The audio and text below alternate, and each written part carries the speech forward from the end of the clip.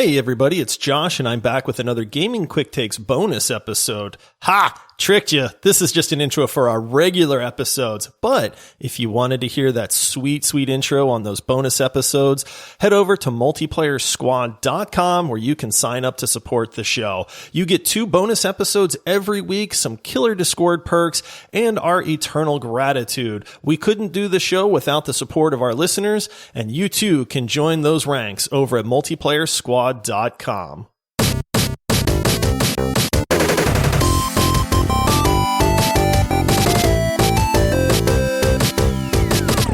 Hey everyone, thanks for listening to another episode of the Multiplayer Gaming Podcast. We release 2 family-friendly episodes on gaming every single week, and if you want to become a Patreon supporter, you will be helping fund one of your favorite pods, and you'll also get bumped up to 4 episodes weekly because of 2 bonus quick take episodes. Just go to multiplayersquad.com to see our Patreon page, and we would also kindly ask that you rate our podcast 5 stars on Apple and Spotify and leave us a written review. All right. I am your host, Paul. And then joining me, he initially hated facial hair, but then it started to grow on him. It's Josh. I would look like an eraser without facial hair, guys. I love how there was news that God of War might be adapted for the screen, and you have already thrown your hat in the ring because you've already got the Kratos beard. So you're half of the way there. I've got that. I've got the big nose. I've got the muscles. I don't have the voice, unfortunately. Yeah. As everybody listening can tell, they're like, that guy does not sound manly. Hey, just fake it till you make it, right? You can try. Hush, boy. And then joining us, he only knows 25 letters of the alphabet. He doesn't know why. It's Michael. Wait, the alphabet, that's the ABCs, right? I get to last I checked. I got to Q one time when I was teaching my 4-year-old. And I was like, you know what? That's like, I don't know, like 74% of it. I'm good. That's like a C. We passed. We're good. The math checks out on that one. So today, we are going to be doing a leaderboard review. We have not done this in quite some time. For anybody who is not aware, every other Monday, we do a deep dive episode where we spend the entire time talking about a single game, and then we put it on our overall leaderboard, and we have to come up with a consensus of where we want the game ranked. So it's almost like a list of what games we recommend people pick up. If you want to see the entire leaderboard, you can go to multiplayerpodcast.com. And every once in a while, as our opinions change and as we dive back into some old games, every once in a while, we just got to get together and figure out how to move some of these games around a little bit. But before we jump into the actual leaderboard review, we do want to give a shout out to our newest Patreon supporter. We do have a new rare supporter, and it is Anna Marie Angeletti. Thank you so much for joining the squad. Joining the squad. Woohoo! Nailed it. I don't know where I was going with that one. I don't know if I'm more excited for Angeli or just Paul's McGuff. You know what? I'll say this, man. My daughters are both gamers. Girl gamers are something that used to be a rarity, but now in today's day and age, man, girl gamers are out there, and I don't think that they're any less popular than male gamers. You know what I mean? I think they just tend to be a little bit quieter, probably due to some harassment and stuff like that happens to occur. So probably, I just, hey, thank you for supporting the podcast. We hope to see you in the Discord server, but it is awesome. We thank you for the support for sure. Yeah, and then Josh, I think you've got a review that you wanted to read that someone left our show. I do, actually. Another review came in. Actually, we've gotten a few, but I know we're going to be a little short on time, and we've got to get these shows down under like an hour and a half again. We've been going long. Yeah, lately. We have. So I'm just picking one today, but this one does come from across the ocean, which I always love to see. The title is The Boom Podcast. Please read this. I love you. That's a good way to get attention there. Right. And this one comes in from Turbo Witcher Pitcher from Latvia. Oh, okay. And it reads, that's a first. I love this podcast. You are the best. I am from Latvia. I am 14, By the way, I am the biggest Witcher fan. 1, what is your favorite sport? 2, what is better, Roblox or Fortnite? And 3, what is better, cat poo or dog poo? What constitutes better on part C that's there? easy. Okay, number 1. Like, which do you want to clean up? Cat poo is infinitely better than dog poo. Cats are clean. They go in one spot, usually not stinky, although I did have the world's stinkiest cat a long time ago. So that one's an easy one. I'll take cat poo over dog poo any day. All right. Well, what about favorite sport? I'd absolutely go basketball. Oh, football. No question. Oh, the sport of American football is the greatest American football pastime Michael, ever. Yes, for being absolutely. the voice of reason. And then Roblox or Fortnite. This one's easy for me too. Oh, Roblox. It's Roblox. Yeah. We just made a lot of people very happy and a lot of people very sad. Josh, so I'll tell you what. Let's play pin the tail on the map, like pin the tail on the donkey. If you can find Latvia on a globe somewhere, let's play that game. Oh, I know exactly where it is because my daughter, one of her best internet friends, is actually from Latvia. This review is not from them, but my daughter actually has a friend that she plays Roblox with or Minecraft every day from Latvia. Could be Roblox. Wow. That's so niche too. That's so random. Like Latvia. Right? I've never talked to someone from Latvia before, but well, thank you though. That's awesome. Thanks I now for the know review. 2 gamers from Latvia. Heck yeah. We're collecting all countries, by the way. If everyone wants to leave a review from all countries that we've never seen before, that'd be great. Just keep doing that. We just need to hang one of those maps, right? And just keep adding little push pins. Yeah, there you for go. every country that someone leaves a review. What's from. funny is we can actually see that information through our podcast distributor, and we have listeners almost all over the world. Oh yeah, Yeah, absolutely. Almost every country is lit up with at least 1 or 2 downloads. Yes, I'm always surprised. It's like there's like one guy in Iceland. Yes, like, we checking appreciate out you, every whoever episode. you are. Thank you, by the way. Yeah. Please share us with your Icelandic friends, please. Yes. All right, well, guys, let's do it. Let's do this leaderboard review. All right. I've got the leaderboard up. We have done deep dive episodes on a grand total of 66 games. And I think this is an extra special leaderboard review because Michael has joined the podcast as our permanent third host. And Michael was not here for any of the deep dives except for Lost Ark. So, Michael, we don't necessarily even know how you feel about these other 65 games. This will be a chance for us to kind of, go through our leaderboard, talk through a couple of games, see if there's any that we want to move up or down, any that need to be swapped. And I was kind of thinking maybe we just go through like our top 10, read through what they are, and then maybe just talk a little bit about those games. Does that work for you guys? Yeah, I'll say this. In Michael's defense, it's very, very feasible that Michael has not played a lot of these games because we play a lot of these because of the podcast. And while Miker, I'll be Miker. We're struggling with names today. Miker from Latvia. None of us can talk. Boy, while Michael is a great gamer and likes to play a lot of games, he has not played a lot of the games that are on the leaderboard, I'm guessing. So, Michael, don't feel bad if you haven't played one of these games. Chances are somebody forced us into playing these. If they're in like the bottom 50, and then if they're in the top 10, that was strictly Paul and I just having amazing gaming tastes. Well, that totally makes sense. I don't feel bad at all. I might just wing it and just make some stuff up. And if I haven't played a game, I'll just pretend and say things about, I don't know, like Colonel Sam Shepard or something like that. I can't wait to start testing Michael on all these. The knowledge. Yeah, just fake it till you make it, Michael. All right, so taking a look at our top 10, I think this is a really strong top 10. This is not a bad list by any stretch. We have coming in at number 1, God of War. And then behind that, we have Overwatch, Apex Legends, Rocket League, Rust, Valheim, Satisfactory, Halo Infinite, Outriders, and Hearthstone. Boy, those are some amazing games. Do you guys, let me ask you, when you look at this list, I was reading through it and I'm like, man, I want to play Overwatch. Man, I want to play Rocket League. Man, it's been a long time since we've played Rust. Oh, man, you guys remember how much fun we had in Valheim? Paul, you remember that Saturday we played Satisfactory for like 12 hours straight without a break? Man, remember that build that you had in Outriders? Sure do. My melee Devastator. Every game in the top 10, I just instantly have these like fond memories of. Oh yeah, especially Apex. Remember when that's all we played for like Apex 6 months for a long, and we clocked long hundreds time. of hours? Yep, I do remember that. Michael, have you played? I know you've played Overwatch. Have you played any of the other ones? I've played, sadly, the top 3. So when I look at this list, I think, okay, I want to try Rust. I want to try Rocket League.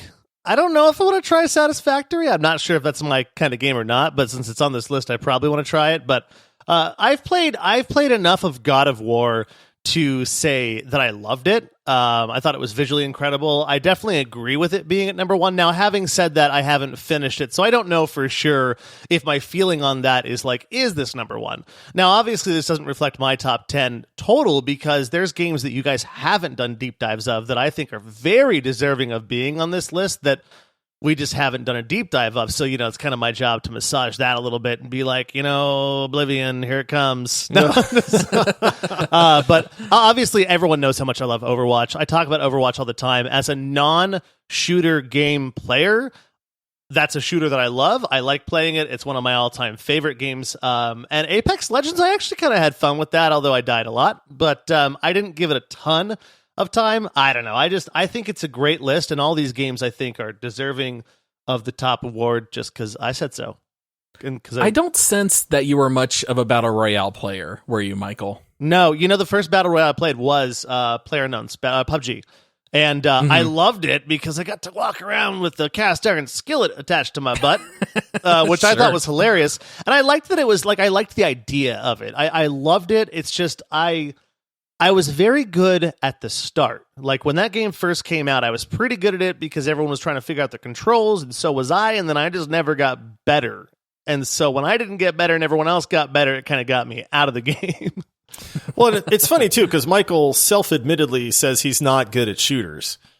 Not good is the biggest compliment you could pay me. I'm terrible. I'm trying to be, we're friends here, right? Thank you. I'm quite poor at them as well, Michael. You're not alone here. So you guys admit that I carry in those games. That's what I'm hearing. Sometimes, right? Yeah, okay. For sure. I'll take sometimes it. Sometimes. That's all my ego needs. I carry too. I carry a cast iron skillet. Right. There were definitely games when I would play Warzone with you, Josh, and at the end you would have like 11 kills, I'd have 4, someone else would have 4, and that you definitely can get a lot of kills in those kinds of games. For my money, I still think Apex Legends is by far the best battle royale, and I don't even think there's a close second. The combat, the map size, the sliding, the keys to go unlock and fight over rooms, I think the pacing is perfect. There's a lot of issues with PUBG. I have a lot of issues with Warzone. Apex to me really dialed that in, and I see it as, no pun intended, it being the apex of the battle royale genre. Like, I'm not sure anything is really ever going to come in and compete with it, and I like it being up there really high in the top 5. I kind of sense, Josh, you're kind of lobbying to maybe move it down. Here's the thing, Paul. I tried to get you to swap Apex Legends and Rocket League the last time we did a leaderboard review, which you shot me down on. And I said, okay, I have not played Apex since the last leaderboard review that we did where I tried to get you to drop Apex a little bit. I think that Apex is a phenomenal game. I have nothing against what Apex does. And I think I agree with you that for the money, which is free, that Apex is the best of the battle royales. Now, I know there's a lot of Warzone lovers out there that are going like, what? You're crazy.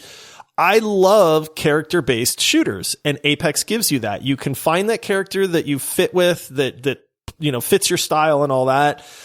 The only issue that I have is because I have not played Apex honestly, it's probably been a year. I think I hopped in for like 3 matches, maybe like 5-6 months ago. But from what I am hearing, and this is hearsay, is that because they keep introducing new characters, there's this power creep that's going on. And the new characters that are being released are much, much stronger than the old characters. And that becomes an issue because they're trying to get you to buy these characters or to buy the battle passes that allow you to unlock them faster. But if you're making these characters that are stronger by nature than the original ones, then that almost becomes like a pay to win situation. And I'm not saying that Apex Legends is pay to win. Don't hear what I'm not saying. But I feel like the balance of the game and maybe just the game itself is starting to age a little bit. And does it still belong in our top 3 of our leaderboard? I mean, top 3 is like the Royal Triumvirate. It is the 3 best games that this podcast has reviewed. Correct. Paul, you got the spotlight on you right now. I think he's called you out. So here's the problem. What do you recommend replacing it with? Because Rocket League is... I know you're not a fan of you like Rocket League, and I get that, but I'm not Yes. trying to say that I think Rocket League should swap it. Because I was going to say, everything that you're saying about Apex is kind of similar to how I feel about Rocket League, where it's like, yeah, it's a great game. I haven't played Rocket League since we covered it as a deep dive, and I think that was our 3rd episode ever, maybe our 4th. So. Yeah. Yeah, it was so it's very early literally on in the show. I haven't played it since March 2020. I know that's when it released. I keep looking at Apex and I keep going, it's a great game, but is it actually a top 3? Now, this could be Battle Royale fatigue. I don't have any interest whatsoever in playing Battle Royales right now. So it could be the fact that I'm just not in that genre right now. And I look at it and I go, man, this game's really ranked that high. But then I look at games like Rust, Valheim, Satisfactory, and I kind of go, should one of those maybe be a little bit higher? I was going to say, I think the only one you could maybe talk me into is Rust. Well, I could Paul, maybe put Rust at number 3. Could you? Because that's what I'm hoping for. Oh, he tricked you, didn't he? Was that? Here's why I say this, right? Because somebody was talking about Rust the other day, and I went, I think it was Glap, one of our longtime listeners, Glap, and Glap was saying, hey, should I get Rust? And I was talking to him and I was saying, well, you run the risk of wasting $40 of your money because you might hate it. But if you don't hate it, you will absolutely love it.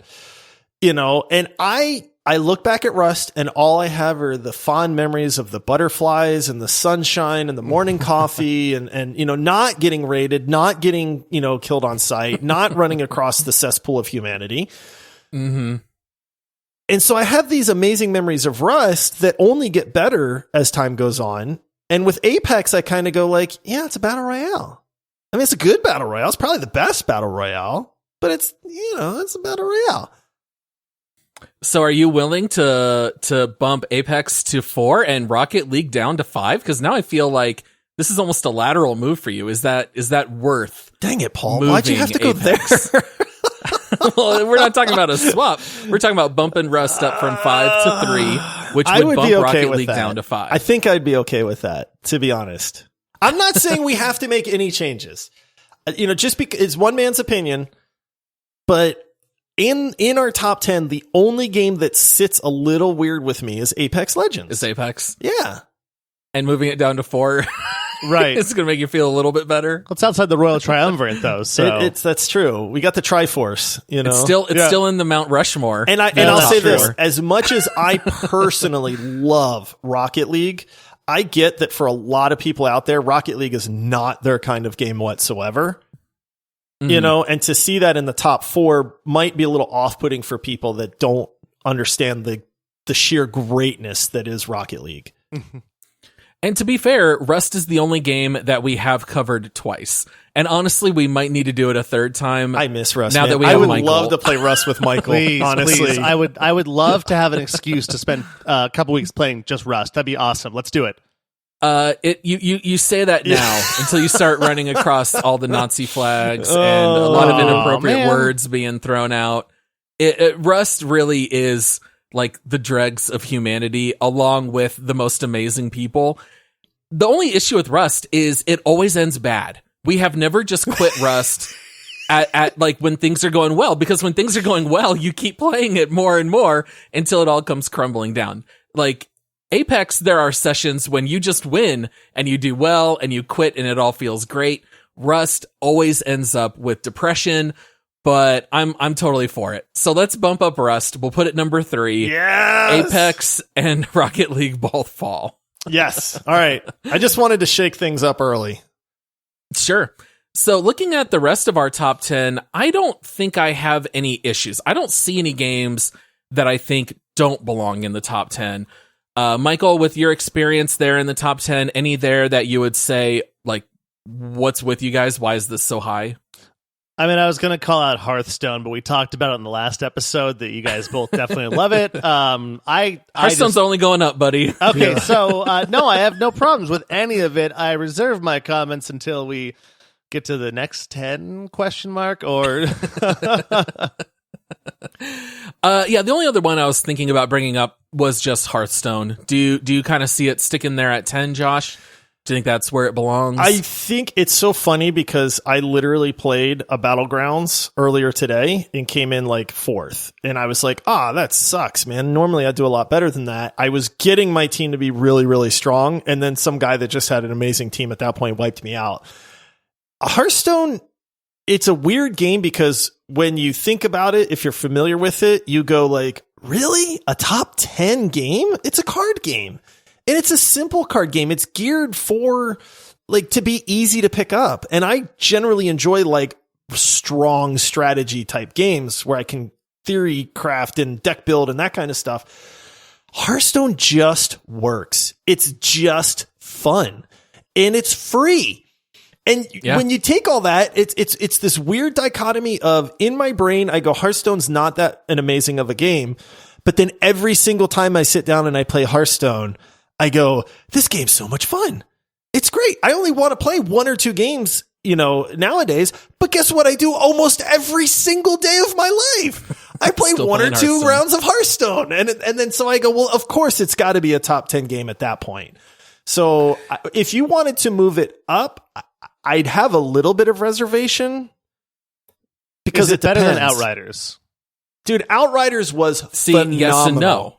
See, yeah, it's Outriders. The highs of Outriders is unparalleled. Outriders could honestly, be a top 4 game for me if it was. It could flawless. be number 1. Yeah, if it was a technically flawless game, Outriders is some of the most fun that I've had in a video game with friends in a long, long time, dude. But it was so plagued with technical issues that it brought it down to a paltry number 9 on our leaderboard, and that kind of tells you. Yeah, that makes sense. Yeah, it was. That's how I felt about. That's how I felt about Atlas back in the days. Atlas was one of my favorite survival games ever. It's not on your list, but or our list. See what I did there? Our list. Yeah, it's not on our list, but at the same point, like that game was incredible. It was like your Sea Pirates. It's literally Ark. If you ever played Ark, the survival game with dinosaurs, but it's with pirate ships. That game had so many problems. My wife literally was like, you have to stop playing that game because I'm tired of hearing you complain about the server crashing or getting kicked or waking up one day and no one's raided your base like Rust, except nobody's raided your base. Your stuff just disappeared. So I get you. I get you when you're like, this game's incredible, but there's a lot of problems, But you might log in and all your gear is gone. Oh, right. man. That really happened. That really twice. did happen. What? To people. Yeah. What? Yeah. When a game And has it's to a come with a gear-based disclaimer. game. Yeah, when you're telling a friend a game is great and it has to come with a disclaimer, I guess it couldn't be number 1 or number 2 or 3. So, Paul, if you thought about moving Hearthstone up, what would you move down? Hearthstone's one of those games where the highs are not high, right? But this is a game that over time, I am just clocking more and more and more hours in to where I think it's probably now like my 3rd most played game. And I just feel like over time, I just keep coming back to it. I think if I were doing like my own list, I could maybe even think of putting it like around 4 or 5. Now, I'm not recommending that here because I know that I'm really high on Apex, you're really high on Rocket League, we're both really high on Valheim. I'm fine leaving Hearthstone where it is. That's just one that I keep coming back to so often. I just wonder if that one won't move later on down the road. It might. I don't know what I would swap it with. The only game that I'm looking at where I'd go, I could maybe see this trading places would be Halo Infinite. Mm-hmm. Just because like we've already started to fall off on Halo Infinite. But the problem is that when we reviewed it for multiplayer only. And the campaign for Halo Infinite is incredible. And so when you take the two together, I think it definitely deserves to be up there. But being that, we don't really play Halo Infinite a whole lot anymore, is that a sign of its like longevity as well?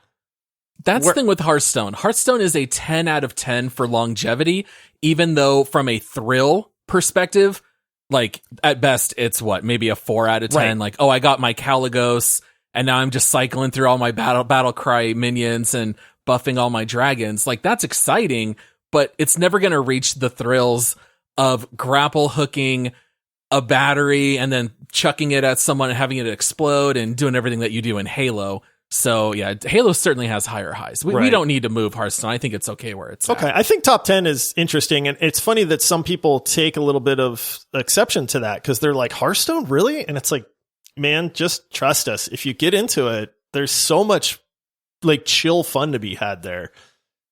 And so many different modes. Like if you're not into Battlegrounds, you can do Arena, you can do Mercenaries. There's just so much to do. All right. So getting outside our top 10 here, I think this is where we're looking at games that are probably a little more likely to move up or down because they're not quite at that upper echelon. Starting at 11, we have Divinity Original Sin 2, Call of Duty Warzone, Grand Theft Auto Online. I'm ready for your thoughts there, Josh. Terraria, Risk of Rain 2, Splitgate, Demio, Destiny 2, Rainbow Six Siege, and The Forgotten City. Michael, I know you've played The Forgotten City. Have you played, and I know that you're playing Divinity Original Sin 2, although you're not real far into that yet. So I'm not sure you're to the point where you can truly appreciate the magnificence of Divinity Original Sin 2. But have you played any of the other ones? Yeah, absolutely. I played a little Destiny 2. I think we talked about this a while back. Yeah, it's in fact, I was surprised to see it at 18 because the reaction when I mentioned possibly picking it back up again was remarkably negative in the Discord chat. Not in a bad way. That was mostly me. Negative. Yeah, it was all Josh. It's a good game. It's a very good game. I played like 2 or 3 hours of it, and I loved it because I'm like, oh, it's beautiful. Like the game looks great, and I liked playing the single player, if you could call it a campaign or whatever was going on. And then I just got confused, like really confused about like I have to team up. Do I have to team up to continue? I don't understand what's happening. I love Grand Theft Auto 5 and Grand Theft Auto Online, which is part of Grand Theft Auto 5, really. It's the same world. I loved that. I know that I got some crazy penthouse or something like that because I'd bought it early or something, and so the online game was incredible to me. I'm pretty happy with where it's at for the most part. I mean, I don't know a lot of the games around it, though, to be honest with you, so I can't really gauge them. The Forgotten City, though, holy cow, I loved that game. I loved that game. It's so short, but so amazing, and it gives you a really good feeling. It was such a pleasant surprise, wasn't it? It was. For a game that did not get a lot of attention, that game is way better than it had any right to be. And one of the endings made me cry like a baby. Oh, I'm not afraid to say it. I cried like a baby. So I do have one game on this section of our leaderboard that I highlighted to kind of say, hey, I'm not sure it's in the best place. But I'm a little conflicted on that because when we ranked it before another game came out that I think supplanted that. And that's Splitgate. When Splitgate came out, everybody was starving for that arena shooter a la Halo multiplayer. And the fact that they mixed the portals with the Halo-ish gameplay really stood out to us, and we went, man, this game is fun. Now, I'm not taking anything away from the game of Splitgate because I think it's very, very good. But when you have Halo Infinite that you could play for free, and you have Splitgate, I feel like does Splitgate really belong in our top 16 at this point? See, here's the thing, and I know I'm in the minority here. I would rather play Splitgate Online right now over Halo Infinite. I loved using the portals in that game so much because as someone who's not great at like flick headshots or sustained, long range damage like you need in something like Halo, I really appreciated being able to be smart in placing my portals.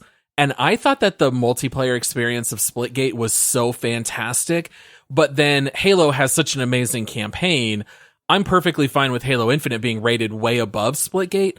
I actually, if anything, would almost be tempted to bump Splitgate up a couple, whereas opposed to sounds like you might want to bump it down a couple, which means maybe it's in the right spot. But I still love Splitgate. I would have no problem hopping in if people wanted to play that one tonight. It's not a bad game. Like, that's the thing. I gotta wonder, is like, has it been overshadowed by the release of Halo Infinite? But then again, we do have Halo Infinite at number 8 and Splitgate is at 16. It's one of those things too, where I look at the Forgotten City, and that's another one where recency bias is almost opposite. Like, the longer I go without playing that game, the better it gets in my mind. Do you know what I mean? So then it's almost like, is the Forgotten City, which was nominated for Game of the Year for the BAFTA Awards, is maybe that too low? I know I'm low on Rainbow Six Siege, but I would definitely put Forgotten City above Rainbow Six. Rainbow Six, I think, is aging to me, and it was a lot of fun when we played it, but it's also very hardcore and hard to get into as a multiplayer game unless you're getting into it with a predefined group of friends. Rainbow Six is too try hard. That's know what my I mean. stance Right. on this. Games should be fun. They shouldn't be work or math or homework. It should just be a fun time. So I don't know, Michael, have you played any Rainbow Six Siege? I have not. You're kind of, in some ways, you're kind of better off. I'm fortunate. I've dodged that figurative bullet there, but I don't know. I just knowing how much I love the Forgotten City, I think my only gripe about that game is it was short. Like, everything else about it was incredible. Like, I loved that game. I'm all about bringing it up. That being said, I not knowing a lot of the list, I did rank Lost Ark based on where Forgotten City was. So I know that we're not going to talk about that one as much because it's really fresh and really new. But I would move it up. But not knowing some of these games, I can't really say that definitively that I'd have a place to say let's move it up until I try them. Where did Lost Ark end up on our leaderboard? A certain someone forgot to update the website. I will have to go back to the audio file. I want to say it's not remember. I want to say it was like tape. 21 or something. It was like right behind. I know. We put it at 18. We moved Destiny down 1. 100%. I remember exactly because we did. Right. We agreed to put it at 18. That moved Destiny down 1. I laughed, went, haha, Destiny 2. So that's right. Yes, thank you. So Lost Ark is technically 18, which means Forgotten City is technically 21. It needs to move up. I say we get it back into the top 20. Yeah. I could see, man. I would have trouble putting it above Destiny because Destiny 2 has so much content that you can play for free. And then if you want to buy like the newest stuff, great. I think you just get so much bang for your buck with Destiny 2. I would still keep this below that. But I am fine putting Forgotten City above Rainbow Six Siege. Okay. And that puts it back in the top 20? Back in the top 20. All right. Sound good to you, Michael? I love it. Go with it. Let's do it.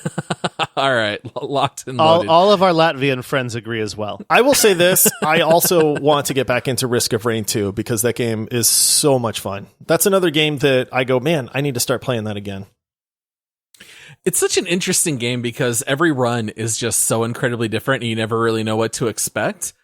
But when you got those really good combinations of abilities, it was a lot of fun. It really was. And it's a great game to play with friends, too. All right, so we now have Forgotten City back in the top 20. We've got Rainbow Six Siege now just on the outside, now at 21. And then coming in behind that, we've got Call of Duty Black Ops Cold War, Resident Evil Village, Tribes of Midgard, Deep Rock Galactic, Among Us, No Man's Sky, Hollow Knight, Stardew Valley, and Far Cry 5. Still pretty good games. These are not bad. They're not. There is one game I want to get the heck out of here, though. I know which one it is. Which one? It's Tribes of Midgard. It is Tribes of Midgard. You guys remember how hyped I was for that game? Yeah. Do you remember that? I was like, oh, guys, it's like Vikings, like building stuff, and you got to take down these giants, and everybody's got to work together. And then we started playing it, and it was like, it was fun, but then it just wasn't fun. It was like a lot of fun, but then it wasn't fun. So why did it get so high on the list overall? Like, when did you guys do this one, and what was it at when you ranked it? Oh, it was at 23 when we ranked it, because I just got to wonder if it was a little bit of recency bias, if it was a little bit of maybe I was really hyped for that game when it released, but like I have zero interest in playing Tribes of Midgard like ever again. Whereas I would easily jump into No Man's Sky, Deep Rock Galactic, Hollow Knight, even Raft, Vermintide 2, I would play above Tribes of Midgard. And that's, pretty far down the list comparatively. See, everything about Tribes of Midgard is kind of, in a lot of ways, tailor-made to stuff that I love about video games. I love that it's got that isometric view. You can play with a huge group of people. I don't remember the max, but I think it was 10. I think it was 10 people, yeah. You can play with 10. And it had elements of gathering mats and using these recipes and building better weapons, defending the town as a group, but then sending out people to go find, the next little dungeon area to go into or whatever you want to accomplish. I think you were by far the lowest on Midgard in our friend group. I know Brandon and I played a lot. I mean, I was grouping up with people through the Tribes of Guard Discord server. It was one of the best communities I ever played with. Everybody would talk. Everyone was friendly. It had a lot of teamwork together. I really loved it. If you're that low on it, then obviously we can bump it down a few spots. I think these are all great games. I'm not married to having Tribes of Midgard at 23. But I think as long as it's still in the 20s, I think it should still be somewhere in that range. I just think it's a little high. I'm not trying to take away from the game because it does fit for a lot. I found it very grindy, almost, in a weird sense of grindy. The beginning was really poor. That was the one thing. I always said, don't make me, I don't remember the exact recipes, but you had to literally go get 2 sticks and make a hammer, or 2 rocks to make something. And I always felt like if you could fast forward the initial 10 minutes and let you just start right with the action, it would have been a lot better. So I would nominate moving it down into the high 20s, low 20s. Dude, I can't ever, can we settle this on the show? Does low 20s mean 28, 29, or does low 20s mean 21, 22? I think you would say it's low 20s. Yeah, low 20s is 28, 29, somewhere in that range. Okay, because sometimes people go, it's the lower number, so then that's that would be 21, and I'm no.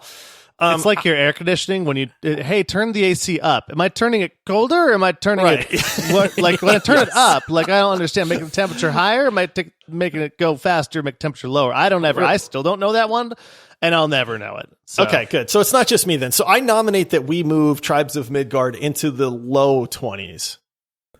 So 21. Yeah. Let's sorry.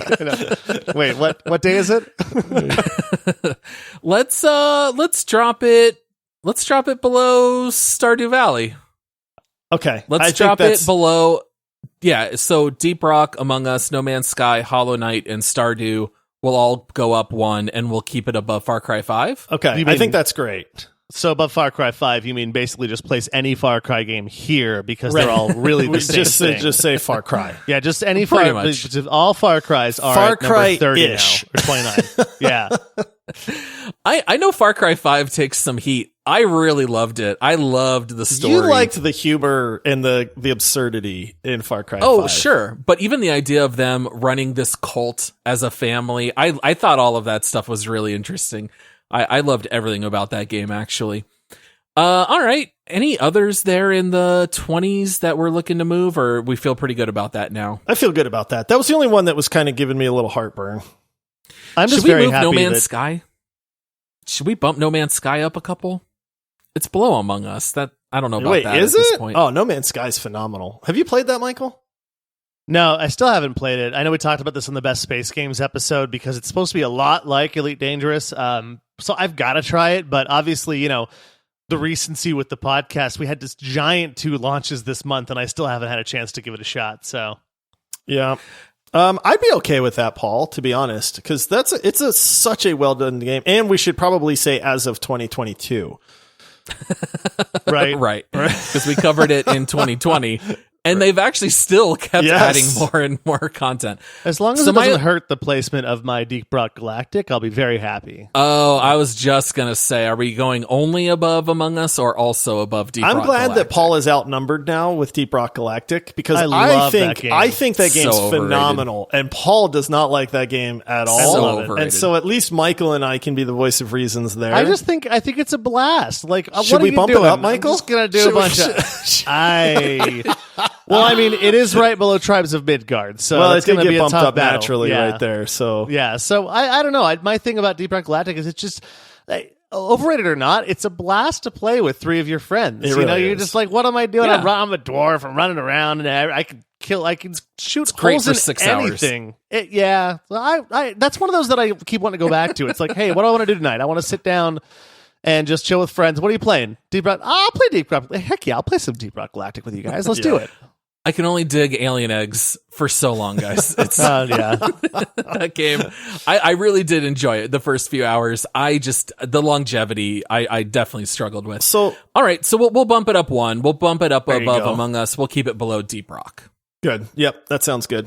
Sorry, Among Us, you've been ejected into space. Ooh, you Among are Us the is sus. imposter. Among Us is the imposter in the top 20, the low 20s, the high 20s, whatever. Never talk about this again. I don't even know what numbers we're at. I'm not updating the numbers as I go through, but I am shifting them in my spreadsheet here. So, you know, I don't know if we want to keep taking these in chunks of 10, or do you guys just want to start cherry picking games since we've got about 20 minutes left in the episode? What do you guys want to do? Let's go with it. We can be quick. I only have a couple more highlighted that I have to talk about, and if we start running long, I'll bring them up quickly. Okay. Yeah, I kind of feel like when we're in the middle of the leaderboard, it's almost to me like I don't care. If it's anything in the They're 30s, all good they're all games. kind of the They're same. all fun. You should probably play them. You might love one more than the other, but they're all quality video games at that point. Might also be fun if we go to the end at some point and say, does the end of the list justify, like, is this game Oh, it as does. bad as that other game? Like, I let's see can what tell Thieves you do to the- you guys. Hey, that might be one of the things I want to talk about, Michael. Oh, okay. I'll be quiet for a minute. It's in the low 60s. Sorry, the joke's getting old now. I can't say it anymore. So looking at the 30s here, I think these are games that are very good, but there might be something that's holding it back from being great. I know Josh would. Oh, I'm going to bring it up. Josh and I each have our one pet game that the other one dogged horribly, which is why there's two games in the 30s that are a little bit bananas. I have to All guess. the rest. Oh, go ahead. Yeah, go ahead. All right. One of them is Outer Wilds. Yes, Yeah. 100%. What's the other Okay. one? The other one is There's a game here in the 30s I would possibly have at 5 or Not in the 6. 30s. it's Raft. Raft is a great game, by the way. Raft is very, very good, but We- it's I not didn't- Raft. I didn't guess right. Okay. No. It's RimWorld.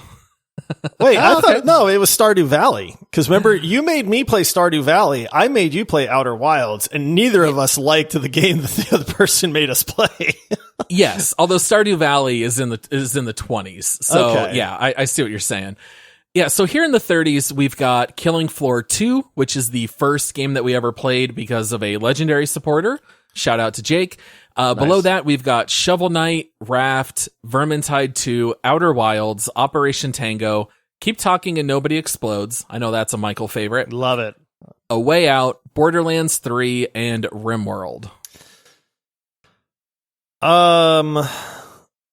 Dude, these are all fun games, man. They're all just fun. Yeah. Like They're all fun. They're all worth buying. Right. Like Operation Tango, even that game, I remember us playing that. It's like, what, a 4-hour game? But Something like I that, had yeah. fun playing it. Like, I remember it was like, hey, that was a lot of fun. I will go back to the fact that I think Vermintide 2 is such an incredible 4-person multiplayer experience that it is amazingly fun when you're playing it. I get that the wall is made out of titanium when you hit the wall. But when people ask, hey, what's a game that I can play with my friends? Vermintide 2 is one of those ones that I almost always find myself recommending. So I feel like it should be higher, but I know that's probably not going to gain much traction. I love Vermintide 2. I think one of the problems is that I also really love Left 4 Dead 2, and these games are exactly the same. And yes, but what a difference 2 decades makes, Paul. Is number 60. Yeah, because it didn't They have age it so much well. lower. Yes, well, but it's not just about age. Like, it's a little bit age, it's a little bit just how great is it in general. Like, where would you put GoldenEye 007 if it was on this list? Would it be at number 60 or would it be closer to top 20? Probably top 20, right? And it hasn't aged well. It'd probably be somewhere in the I'm not 30s. throwing fuel on the fire, but yeah, I mean, top 5, top 30, potato. It's really all the same thing, right? I don't know why. Maybe it's just that Vermintide 2 caught me off guard, but like even with Back 4 Blood, which we did not deep dive, but if you read the general thought is like people are kind of disappointed with Back 4 Blood. Like they thought it was going to be better than it was. It doesn't have any kind of longevity to it. And that's the most recent Left 4 Dead formula, and yet Vermintide 2 still stands out to me as just we had so much fun playing that game with friends. You know, does it have its place like a little bit higher or not? And if not, that's fine. The criminal one here is Outer Wilds being at 34. Outer Wilds is a top 10 game. It should be a top 10 game. Oh wow. You know, and Paul what am I stepping into right now? Oh, Michael, let me tell you. Okay, pull up a chair, Michael. You got 20 minutes. Let me tell you how Paul slandered one of the best video games that's ever been made, one of the most unique games that's ever been made, one of the best exploration and plot games, and then he went, I don't like it. I keep having to do the same thing over and over again. And the stupid banjo music gets on my nerves. the banjo music was the least of my issues with that game, but that is true. The banjo really did drive me wild. Yeah, look, Outer Wilds, it's a very good 6 out of 10 plot.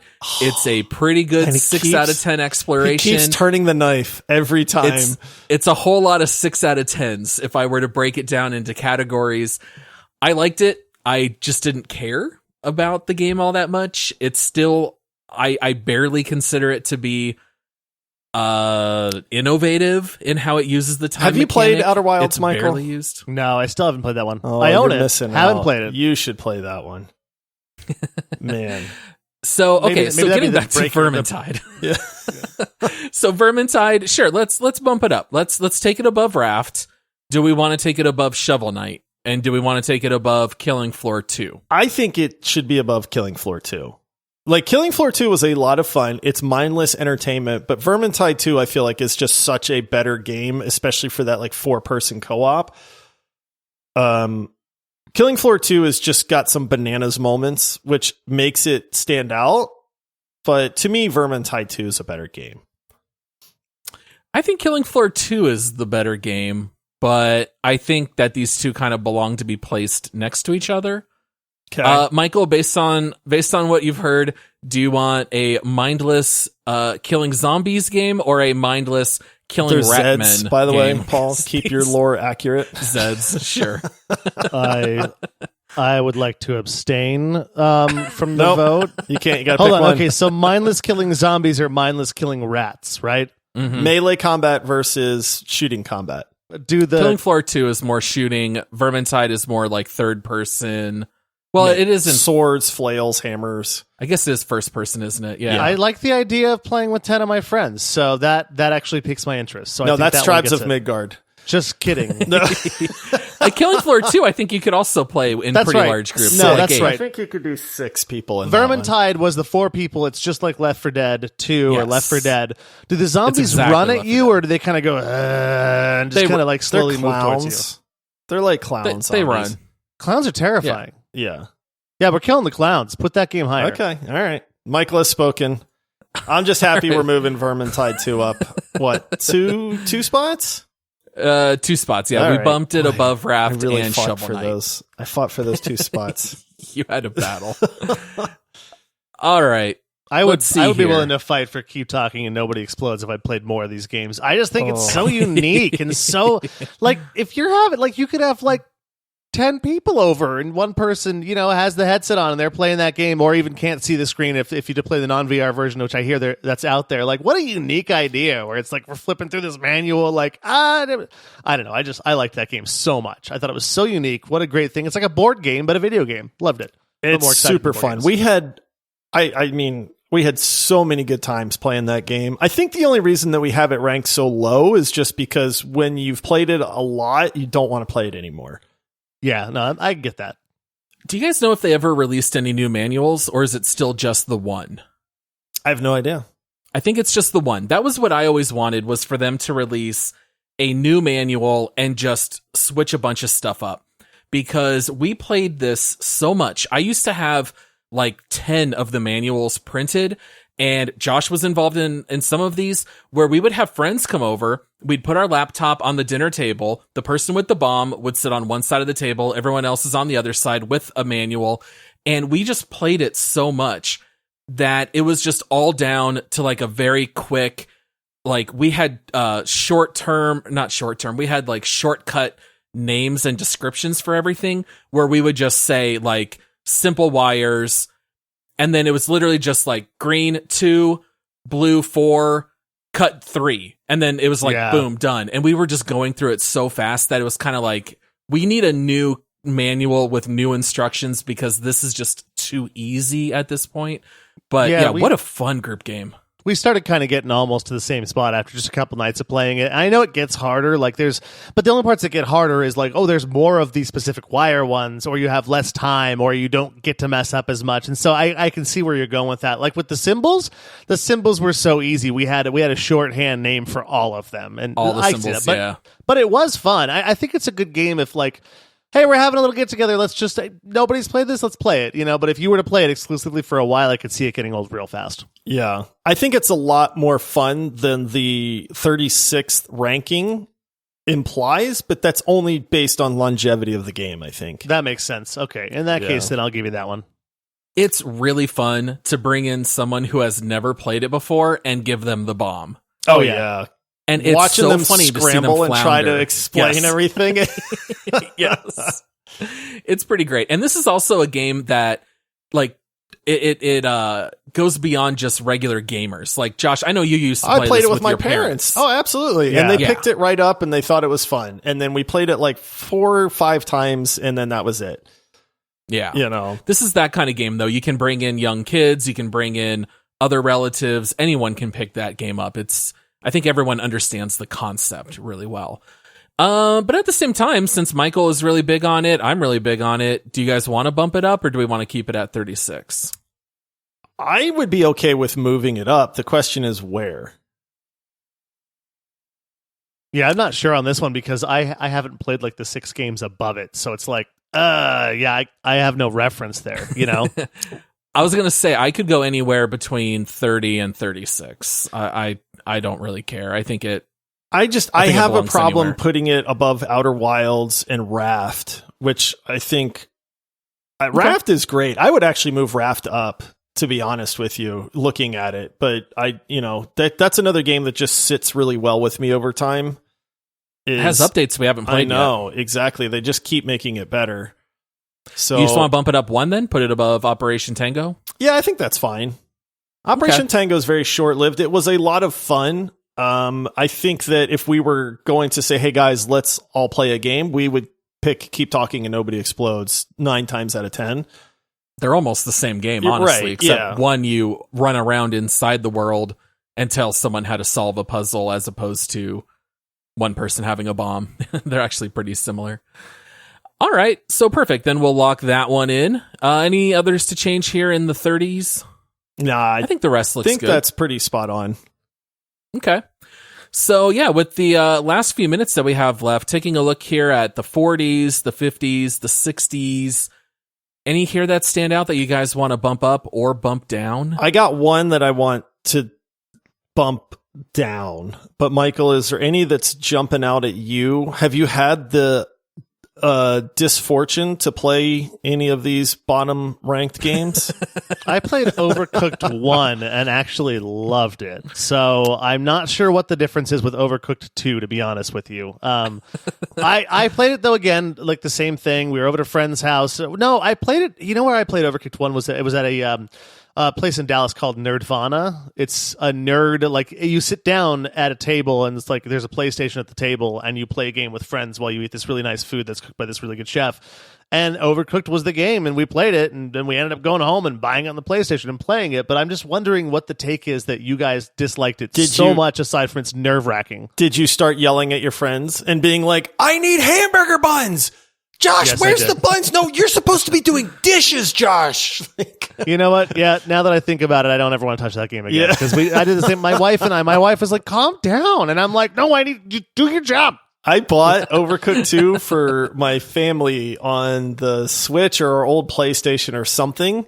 I can't remember what. I think it was on the Switch maybe. And they played it with me twice. And then my family was like, yeah, Dad, we don't like that game. It stresses us out. Yeah. Now, Sea of Thieves, did you guys play that early on or later on? Because I heard it got a lot better. It is a lot better than our rating would imply. And I've tried twice now to move it up, and I get shot down both times.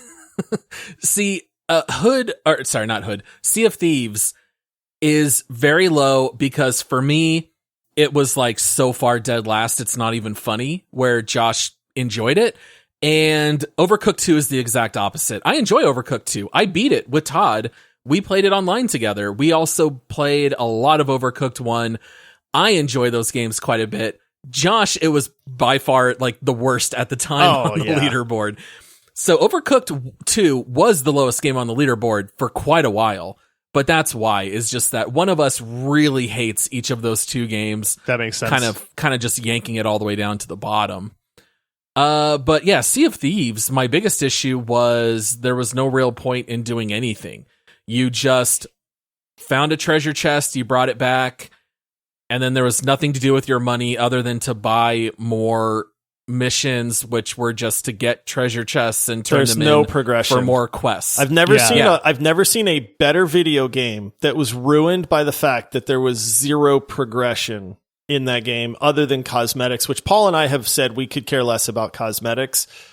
You know, you might be different, Michael, but like skins and stuff like that just don't do it for me. And I know they don't do it for Paul. And in Sea of Thieves, all of that work is to just simply get a better sail for your boat or cooler looking cannons, but the cannons don't do anything different. They're still the same cannons. They just have gold trim around them now. And so that I think is what really ruined it kind of for both of us. I'm much higher on it than Paul is, but I get that there's this just fatal flaw to Sea of Thieves. Yeah, I did enjoy the arena mode or whatever that one was called. The ship-to-ship combat's great. Yeah, but that was also my biggest issue is on your normal maps, there was a built-in cap of either 3 or 4 ships at once. So you could play for hours and never see another ship. Right. Yeah. Yeah, and I love cosmetics personally, but it has to matter. For instance, in Lost Ark, I am already like, I need to achieve this on this continent to get this cosmetic skin for my character because I love it, but it's because I'm progressing and I want that character to have something cool as I play the game and continue to play it. Sea of Thieves is the same thing. I like progression, being a natural RPG player or action invention player, or, even an MMO player at heart. Like, progression is the name of the game. And that's what I didn't like about it too. But I also just kind of thought it was fun to just go in there sometimes and just pirate it up, and go, let's go kill these guys on this other boat. But you're right though. I didn't play the arena mode. And so it kind of became like where it's just, we're looking for someone to go and fight with and there's no one around. So we're just going to go get this treasure chest that doesn't matter from an NPC that doesn't progress you and doesn't matter. Yeah. So I see it. Even when they added like the tall tales, so they added these really cool treasure hunts to where they were multi-step. It would take 2 hours to get through. And, maybe you'd have to fight. Maybe you'd have to solve puzzles. You'd have to go explore, follow these clues, whatever. Even those at the end, it's like, ta-da! You got this amazing treasure chest. And then you go, okay, cool. What do I do with that? Oh, well, you hand it in and then you get gold that you can buy cosmetics with. And that's where it was just like, come on, man. Right. Well, and those are also just longer quests, but it was the same quests. it wasn't like it was anything different. It was still, here's a treasure map, go dig up where X marks the spot. It was kind of like just the same things. It was just like step 2, step 2, step 3, step 4. And then just you repeat the exact same concepts for the next steps. So what I'm hearing on this is we're not moving Sea of Thieves up any. Do you guys want to move it up? I do. I would move it. How high? I would move it probably above like Human Fall Flat. Because I don't think I can get any higher than that. But I've been trying for 2 episodes to try to get Sea of Thieves moved up. I would struggle putting it above Left 4 Dead 2, but I'd be fine with jumping over Halo Reach, PUBG, and The Forest. I'll take anything I can get at this point, Paul. Michael, do you have any feelings on that, knowing that you've played PUBG? Are you cool putting Sea of Thieves above it? I think so, just because I think I have more fun with Sea of Thieves, but that's just my personal bias as being really, really remarkably terrible at shooters. And so... Yeah. I hear you. Sea of Thieves is a really great concept. I'm still kind of waiting for the right multiplayer pirate game. Skull and Bones. Maybe. Maybe. Hopefully. A lot of hype for a long time, Josh. We'll see. Man. I jinxed it again. When's the Black Wake deep dive? Right? Oh, goodness. All right, so we're moving it up above PUBG? We'll move it up above PUBG and above The Forest, right? Yes. I think that's good. Okay, so I have to bring up this one game because Michael technically brought up Sea of Thieves. So that's true. I fell on that grenade for you. Thank you. Even though we only moved it up a couple, I'll take it. So here's the thing. The cycle is on our list, but the cycle does not exist. What do you mean? I vote that we either remove the cycle or we say, can we have like an addendum to the leaderboard that says the cycle removed until further notice? You could almost split it and put the cycle version 1.0, which would be somewhere in the top 20. It would, easily. And then you can have version 2.0, which is going to be like in the bottom 10. What happened to this game? It completely got retooled. So it's a blend of PvE and PvP. It is where 4 squads go, well, not anymore. It used to be 4 squads would go against each other, and you would earn victory points by completing PvE tasks, but you would also get points if you killed an enemy player. And if you got killed once, you would respawn, but if you got killed a second time, you were donezo. Well, then later they added a battery, so if you went back and found your battery, you could die again. Yeah, that's so when the game started falling apart. But then you had to evacuate. When a timer would end, you'd have to be ready to evacuate off of a ship. So you would always do a lot of PvE mixed with a little PvP in the early stage, and at the end, it was a huge brawl to try to fight and kill people before getting off on the ship. And now, it's just Escape from Tarkov. They retooled it where you just go in solo. If you die, you lose all of your items. Your goal is to walk around in stealth and be quiet and gather mats and then leave and buy more equipment.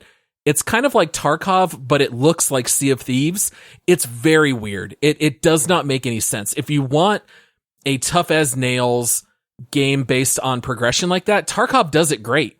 I feel like the cycle, it doesn't have the right aesthetic, and it just does all of it worse than Tarkov. I don't understand why it exists the way it does today. We absolutely loved the cycle when it was in its original format. It just didn't catch on. The game was phenomenal. We had so many like good times playing that. We were really good at it too.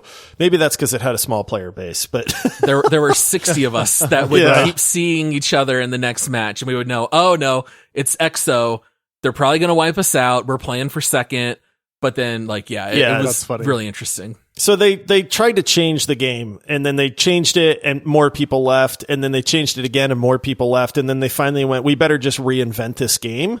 And so the cycle is not anything that it was back in its glory days. So I don't know, Paul. I don't know how we handle a game that when we reviewed it was phenomenal, but then got ruined and isn't even out now. Like they're still beta testing it. So yeah, it's gone from something like 6 to 20 to 35 down to 51. Like it just keeps falling.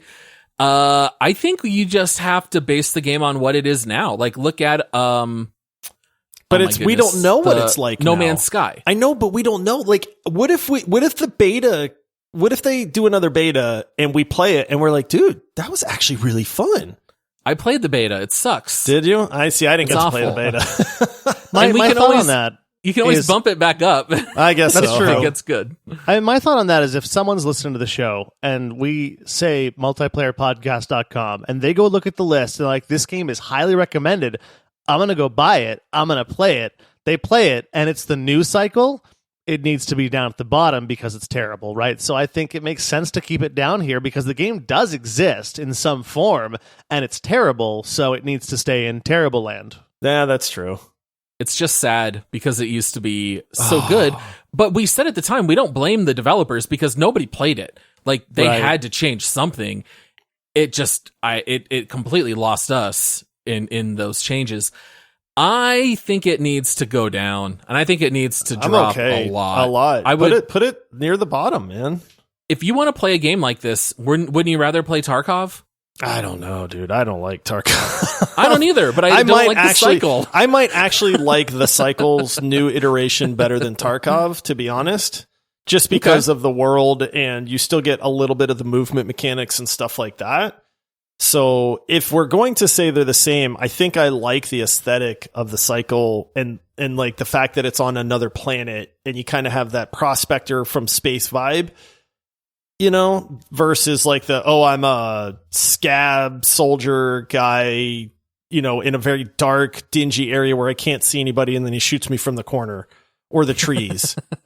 or Todd shoots you when you say, "Don't shoot me, I'm at the checkout line." And then Todd kills you anywhere. And guns me down. Yeah. Okay, so keep the cycle 1 above Tarkov, and we're going to drop it below Valorant? Yeah, let's do that. We probably should split Valorant and Escape from Tarkov anyway, because there's people that love both of those games that hate us because of our takes on those. There are people in our Discord that still, on the regular, post about Valorant. Yeah. And we just could not care less. No, I know. I'm like, all right, enjoy your sweaty tryhard game that's free. All right, well, we are basically out of time. Any other games that you guys wanted to very quickly nominate to move, or do we feel pretty good about it now? Did you guys play Star Wars Squadrons in VR or in regular? Regular. I did try it in VR once or twice, and it was cool, but it wasn't what we played when we did the show. Yeah, and it's just kind of one of those things where it's like, I liked it in the VR sense because it was cool to be in an X-Wing in VR, but overall, I didn't love the game. Right. Yeah, that makes a lot of sense. And that was cool to be able to turn and look around and be like, dude, this is what the inside of a TIE fighter looks like. This is super cool. But man, that game just wore out real quick. Yeah, that's what I thought. I played it for probably maybe like 6 or 8 hours, and then I kept meaning to go back to it and just never did because I'm like, That's basically it. Yep. The matches were super lopsided. You couldn't really carry your team. It would snowball a little bit to where it's like it was really, really hard to kind of make a difference and come back.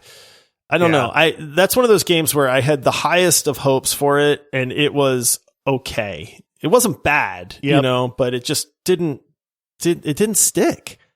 I would say it's a fun VR experience that's not really worth the $60 that it's probably still priced at, and so it's like, you know, go play Elite Dangerous. Well, they were instead. giving it away for free on Epic Game Store or Amazon Prime Gaming or something at that point. Yeah, I don't know how much that game is still alive, to be honest. Yeah, it also just didn't lend well to teamwork because as soon as anyone was on you, you'd have to start whipping around 360 degrees, and it was hard to like stay together as a unit. It wasn't like in the Star Wars movies where it's like, I got this guy on my tail. All right, I'll take him out for you. Like, you couldn't really do that because you couldn't track anything that fast. So it was really easy to lose your teammates. It just didn't. It was missing that it factor. Yep. Yeah, for it totally sure. makes sense. Yeah. All right. Well, that's all that we have time for here today. So once again, if you want to see our full leaderboard, go to multiplayerpodcast.com. Just scroll down a little bit on the main page and you will see it all right there. And this is good. I think we should take a look at updating our leaderboard at least like once a year. I think this is only the second time, maybe the third time total that we've updated it, but periodically we'll do this again in the future. especially as we play more games and jump back into them and, kind of figure those out. So any closing remarks, any closing thoughts from you guys? It's been a lot of fun to play all of these games for the most part. Like even the bad ones, it's been interesting to be able to play these, talk about them to our listeners. We would not have reviewed 66 games if it wasn't for this podcast and for the people that are listening to the podcast right now.